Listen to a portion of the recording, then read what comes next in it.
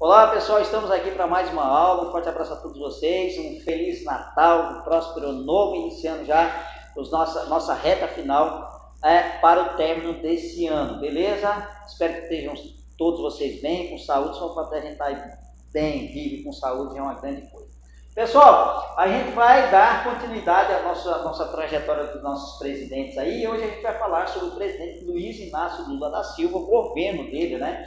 Para ser mais preciso, que vai se iniciar em 2003, em 1º de janeiro de 2003, e vai até 1º de janeiro de 2011, né? Que a partir de 2011 começa outra gestão. Mas a gente colocou ali 2003 a 2010. Beleza, pessoal? Vamos lá, prosseguindo.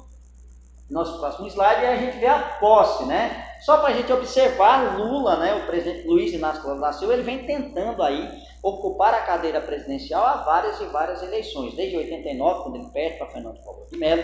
Depois ele vai para a disputa juntamente com o FHC, Fernando Henrique Cardoso, perde novamente 2 vezes, e aí em 2002 ele é eleito presidente da República para o mandato aí de 2003 a 2006. Beleza, pessoal? Então nós temos aí a subida dele ao Palácio do Planalto, juntamente com o vice-presidente José Alencar, que era uma figura bastante importante nesse cenário aí, que era um membro, né, do empresariado brasileiro, ou seja, representava boa parte, assim, aquela visão que tinha de um representante do empresariado, ou seja, de empresas brasileiras. A caminhada de Lula, muitas pessoas veem que a chegada de Lula aí, ela foi construindo um certo amadurecimento, ele foi amadurecendo no decorrer dos anos, de 89 até a chegada aí em 2003, ele foi amadurecendo aí como político, como negociador, aquela coisa toda, e foi bastante interessante. E para muitos, né, muitas pessoas atribuem que foi um bom governo, principalmente para a classe mais desfavorecida, as classes mais pobres. Certo? Representava aquela ideia, direita, esquerda, aquela coisa toda, e chega aí um governo de esquerda, de tendências de esquerda no Brasil. Assim como também tem muitas críticas, houve também a separação de muitos partidos aí que pertenciam ao governo de Luiz Inácio Lula da Silva. Então vamos lá. As missões que ele teve, vamos dizer assim, a continuidade da política econômica de FHC. Quem é FHC, pessoal? Eu espero que vocês estejam ligados, mas a FHC é Fernando Henrique Cardoso, que foi o presidente que antecedeu Luiz Inácio Lula da Silva, né? Qual era essa continuidade da política econômica de FHC? Manter a inflação controlada, ou seja, aquela subida de preços que a gente viu lá nos governos anteriores, Lessa Sarney, governo militar, Fernando Collor, aquela coisa toda, ele manter aquele equilíbrio, né? Não ter aquela subida de preço como a gente viu naqueles governos, antes do Plano Real. Hoje a gente tem a inflação, que a gente percebe, tem, mas não é como naquela época, que a inflação que a cada mês, no final do ano, você estava pagando o quê? 1.000 e poucos por cento, 2.000% em produto. Isso não existia, né? Isso era um absurdo.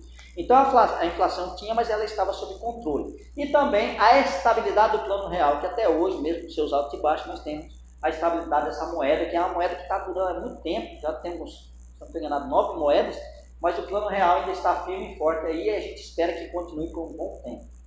Beleza, pessoal? Então, olha só. No cenário exterior, aumento de exportações de matérias-primas e das commodities brasileiras para a China e a Índia. Ou seja, essas exportações, essas relações comerciais que o Brasil tem não só com a China e não só com a Índia, ela vai contribuir para o Brasil, ele tem uma certa independência em relação aos Estados Unidos.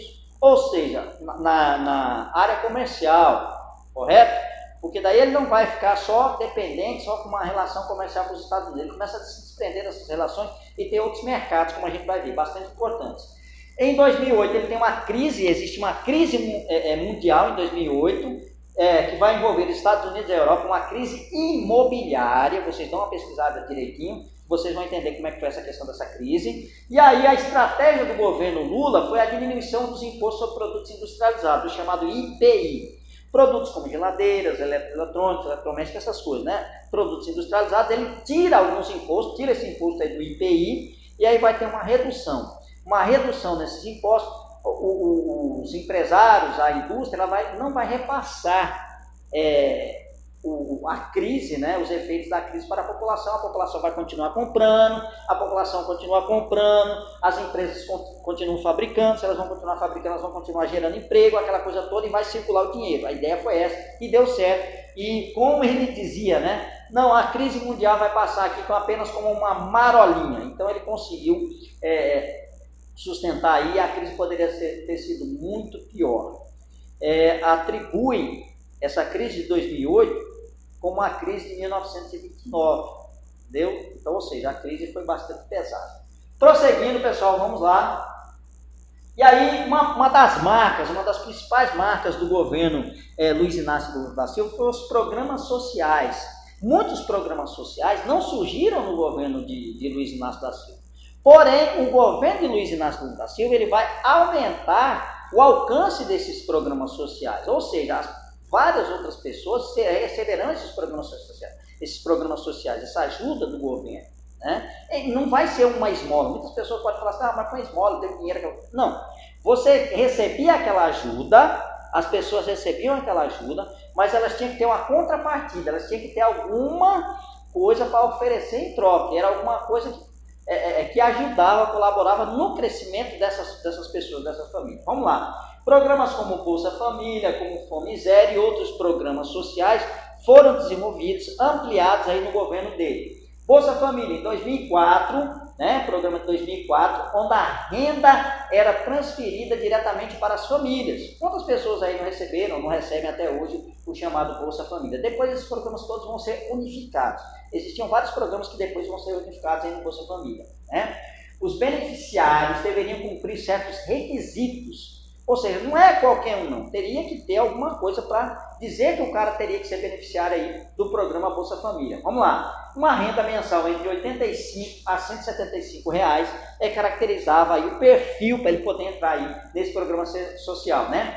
Ter gestantes ou filhos de 0 a 17 anos de idade aí, como membros da família. Então isso era uma característica, era mais um ponto do perfil para ele poder ser beneficiado com esse programa, né? O valor recebido variava entre 35 a 170 reais mensais.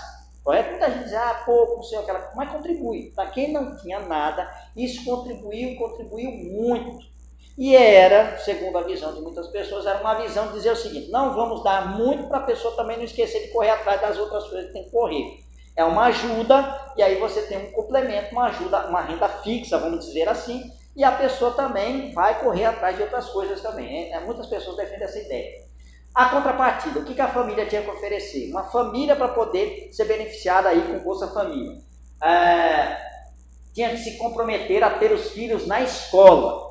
Aí que vem aquela ideia que a gente comentou. Não era uma esmola, não era só uma assistência. Você, para poder receber esse benefício, você teria que levar ali a frequência do teu filho, teria que estar matriculado e frequentando a escola, beleza? Outra coisa, ir regularmente para o médico. A carteira de vacinação dele teria que ser ali acompanhada também para poder receber esse benefício do governo federal. Então, eram duas coisas bastante interessantes. A presença na educação, isso vai contribuir para a caminhada, né, a diminuição da questão do analfabetismo no Brasil, também isso vai contribuir muito, e também para a qualidade de vida das crianças, que vai começar ali a sua nova trajetória na vida, né? Então isso aí, aí vem as consequências, né? Promove a redução da pobreza extrema no Brasil em 75% entre os anos de 2001 a 2014, segundo os dados da FAO, Organização das Nações Unidas para Alimentação e Agricultura, beleza? Prosseguindo, tem muita coisa aí para falar sobre ele. E aí, isso tudo no primeiro mandato, porque ele vai ser reeleito, né? Vai ser eleito e reeleito aí, presidente do Brasil. Aí, só isso a gente comentou no primeiro mandato. Dentro do primeiro mandato, a gente tem o chamado escândalo do mensalão, que era um esquema de corrupção, onde membros do governo pagavam, davam uma quantia de 30 mil reais, 35 mil reais, para que parlamentares, ou seja, deputados, votassem leis, aprovando aí leis favoráveis ao governo federal, ao governo de Lula. Então existia esse esquema de corrupção, foi gravado, teve uma gravação ali com um representante do Correio, que disse como é que funcionava esse escândalo, né? Como é que funcionava esse esquema de corrupção. Ele foi denunciado, esse esquema de corrupção, por Roberto Jefferson, né, envolvendo membros do governo, como José Dirceu, né, Antônio Palocci e outros e assim por diante, e empresários, né, publicitários, aquela coisa toda, como Marcos Valério. Então teve um escândalo tão grande como esse esquema de corrupção. Só que detalhe, afetou vários membros do governo, afetou deputados, afetou José Dirceu, né, e outros membros que eram ministros do governo, aquela coisa toda. Só que não, digamos assim, essa lama, ela não vai respingar no presidente. O presidente não vai ser nada diretamente denunciado a ele, né? Então tem uma frase que o pessoal gosta de brincar muito. Quando perguntava para ele, ele falava assim, eu não sabia de nada, não sei de nada, não sabia de nada, eu não sei de nada. Então muita gente ficava brincando, dizendo que, como ele, o presidente, toda aquela coisa, ele não sabia de nada. Mas não teve nada comprovado contra ele. E mesmo assim, ele vai conseguir um importante passo depois de todo esse escândalo. Apesar desse escândalo, ele vai conseguir um importante passo também para dar continuidade ao seu governo. Beleza? Isso aqui vai acontecer no ano de 2005, um ano às vésperas da eleição. Vamos lá. O mensalão, um esquema de pagamentos ilícitos que o governo federal usava para garantir o apoio dos deputados e senadores na votação de leis e emendas favoráveis ao governo. Então a ideia era essa, o governo pagava para esses deputados aprovarem leis. Então, tem uma lei aqui para beneficiar, digamos assim, o Bolsa Família, ampliar o Bolsa Família. Aí o governo ia lá, pagava essa galera, votava aprovando essa lei. Um exemplo, viu pessoal? Isso é um exemplo. Certo? Ele pagava esses deputados e senadores, os senadores iam lá, favoravam a lei, pronto, acabou. Participava desse esquema o deputado presidente do PTB, Roberto Jefferson, era membro, participante disso aí, e ele vai entregar a galera que fazia parte desse esquema aí. Isso aí vai levantar o quê? Uma comissão parlamentar de inquéritos. Ou seja, deputados, senadores vão instaurar uma investigação, vão chamar as pessoas para depor, os deputados, as pessoas envolvidas para depor e fazendo uma investigação, né? Acusação contra o tesoureiro do PT, Delúbio Soares, olha aqui, ó, certo? Era o tesoureiro do PT, ele era um dos envolvidos, né? De realizar pagamento de alguns deputados no Congresso. Então, um membro do Partido dos Trabalhadores, que era o partido que pertencia a Lula. Ah, por quê? O que tem a ver com Lula? Porque era o partido de Lula, o partido que ele se elegeu, fundou e tudo mais. Então, esse cara aqui, esse tesoureiro, foi o responsável por fazer o pagamento dessa galera, certo? E o nome desse pagamento era chamado de mensalão. Por quê? Porque mensalmente era feito esses pagamentos aí para esses deputados.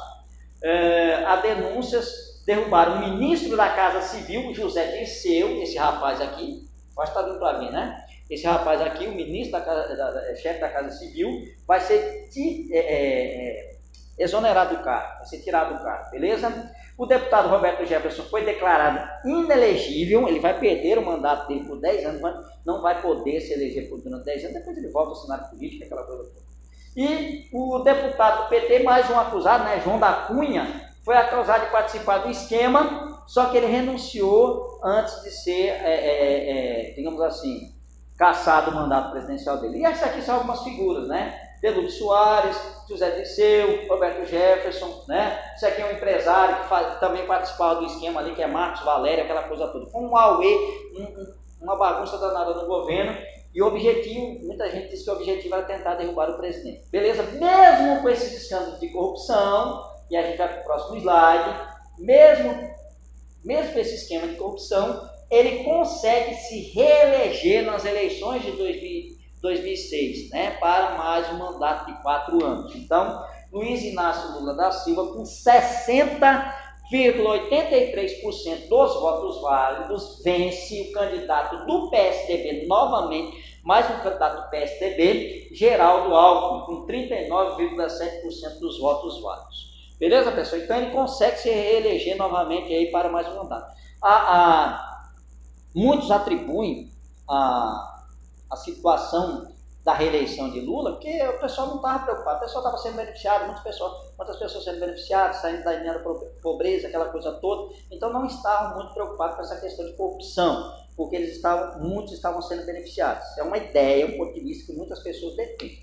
Correto, pessoal? Prosseguindo, próximo slide. E aí o governo Lula, ele praticamente no segundo mandato, ele foi, digamos assim, uma continuidade do trabalho que ele ia realizando no primeiro mandato e ampliação ali das suas ações ali no segundo mandato. A gente observa aqui alguns eventos que vão ocorrer justamente no governo dele, como por exemplo o Rio 2007. Em 2007 nós tivemos aí na cidade do Rio de Janeiro a realização dos Jogos Pan-Americanos, que vai envolver aqui os países da América como um todo, né? Estados Unidos, Cuba, Brasil, e o Brasil teve um desempenho muito importante nessa realização. Isso era como se fosse um testezinho para, digamos assim, voos maiores que ele desejava naquele momento, como por exemplo os Jogos Olímpicos. Ele queria aqui sediar os Jogos Olímpicos aí em 2016 e, consequentemente, juntamente com os Jogos Olímpicos de 2016, viriam os Jogos Paraolímpicos também. E também tinha desejo de sediar outros Jogos Olímpicos, né?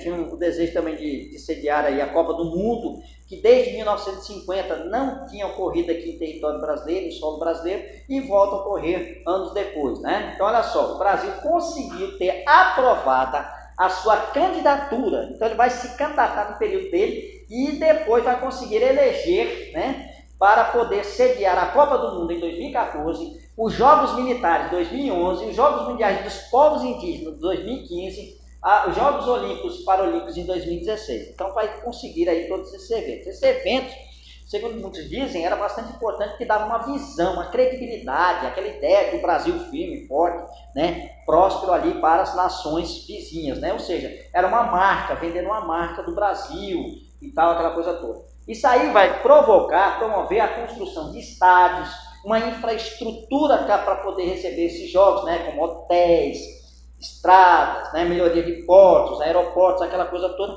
para poder receber os Jogos Olímpicos, né? Então, ou seja, a economia local de determinados locais que ia receber esses eventos, ela seria o quê? Melhorada através dessas infraestruturas e contribuiriam para a imagem do Brasil próspero e estável no cenário internacional.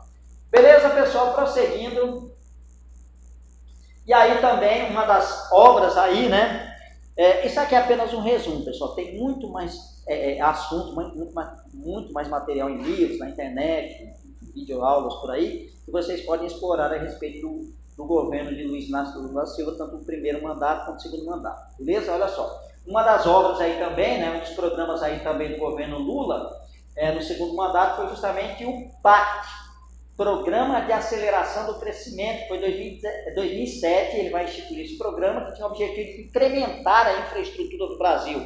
Construção de portos, aeroportos, construção e melhoria de portos, aeroportos, né, estradas, aquela coisa toda. Então tinha uma série de obras de infraestrutura para poder melhorar aí as obras do Brasil, né? Porto Suape foi nesse momento também, que gerou emprego, renda, aquela coisa toda, beleza? O presidente Lula escolhe para ficar à frente dessas obras, né, que vai substituir José Dirceu ali como ministro da Casa Civil, vai ser justamente Dilma Rousseff.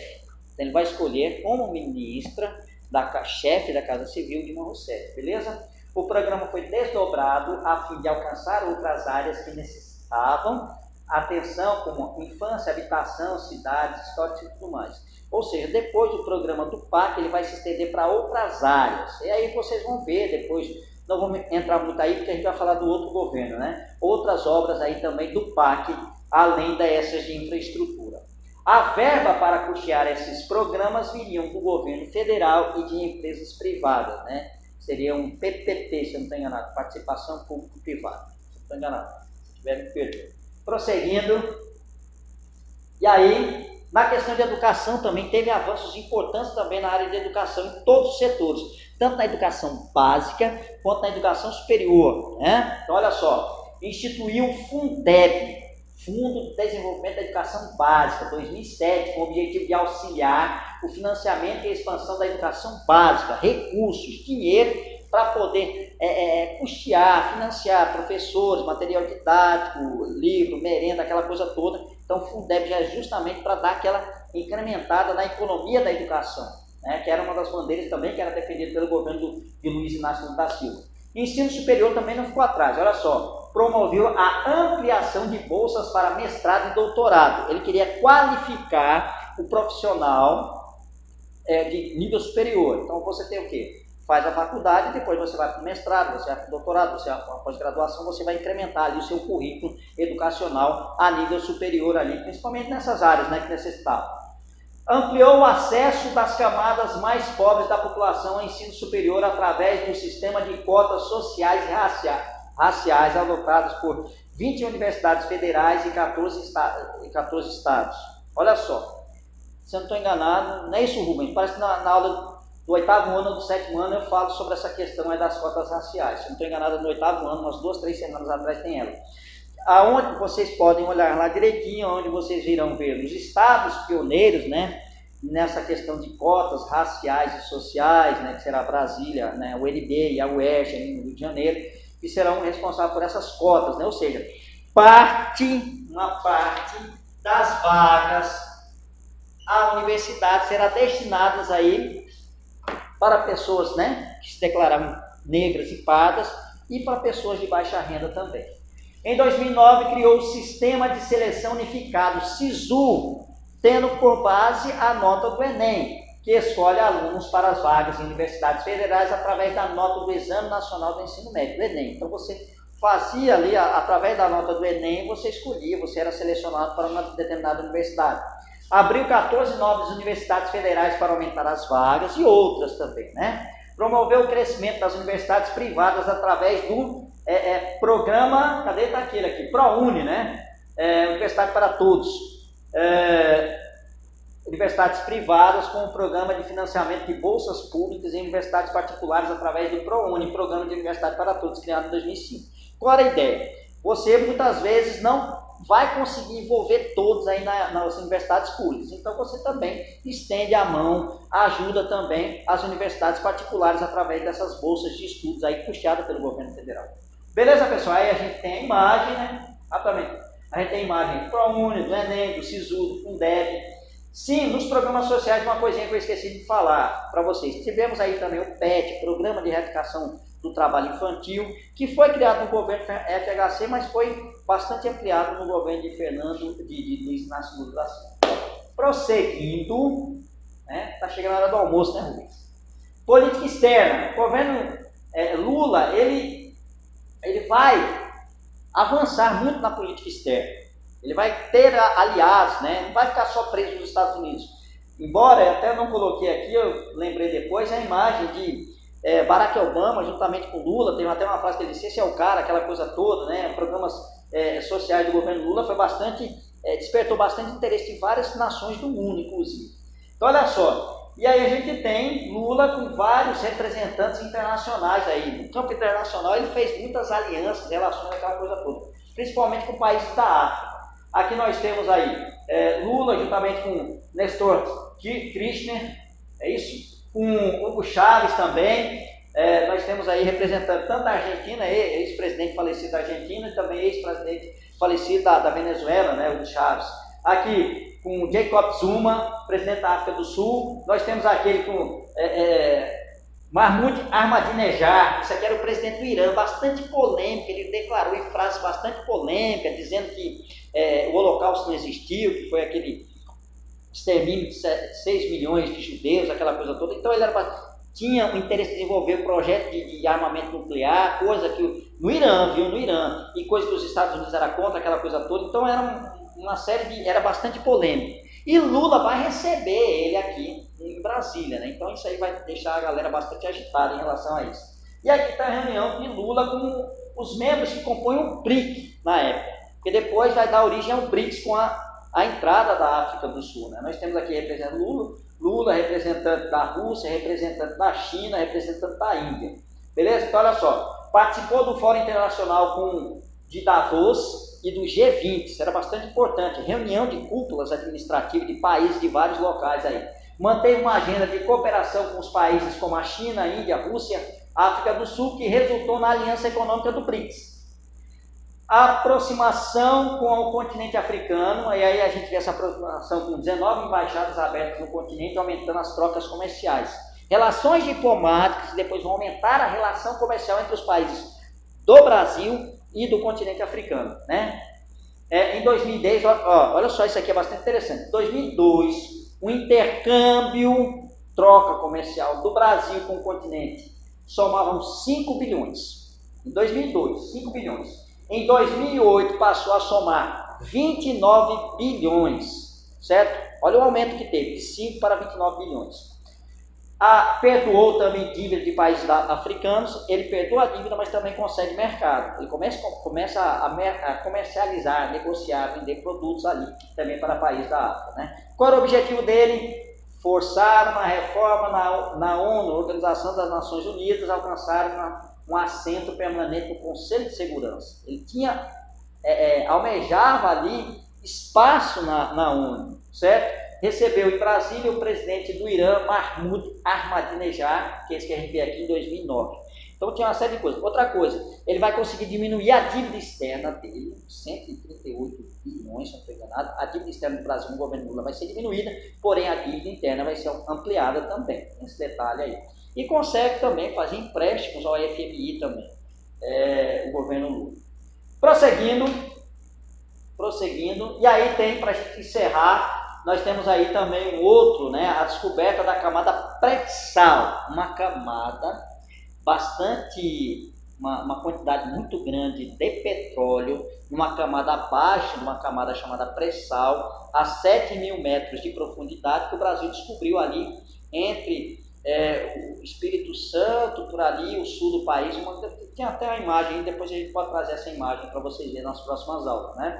Então a descoberta da camada de petróleo na camada pré-sal ali vai ser bastante importante, vai desenvolver bastante a área de petróleo no Brasil, e vai ser justamente já no finalzinho do governo Lula, né? Então tá aí, vai ajudar a contribuir aí bastante aí. Tem ele aí mostrando aí a mão dele, ali tá ali o dedinho dele, que ele não tem também é uma marca do presidente Lula, né? Então tá aí, pessoal, ficamos por aí. Sim, para a gente finalizar todos esses programas, esse projeto, ele vai conseguir fazer, né, a sua sucessora, que é a presidente, né, que era ex-ministra da Casa Civil, porque daí vai se tornar a primeira presidente mulher do Brasil, que é Dilma Rousseff, né, que ele vai, digamos assim, lançar ela, e aí ela vai se reeleger nas eleições de 2010, disputando contra José Serra, novamente o candidato do PSDB. Dilma Rousseff, com 56,5% dos votos válidos, vence o candidato do PSDB, José Serra, com 43,95% dos votos válidos.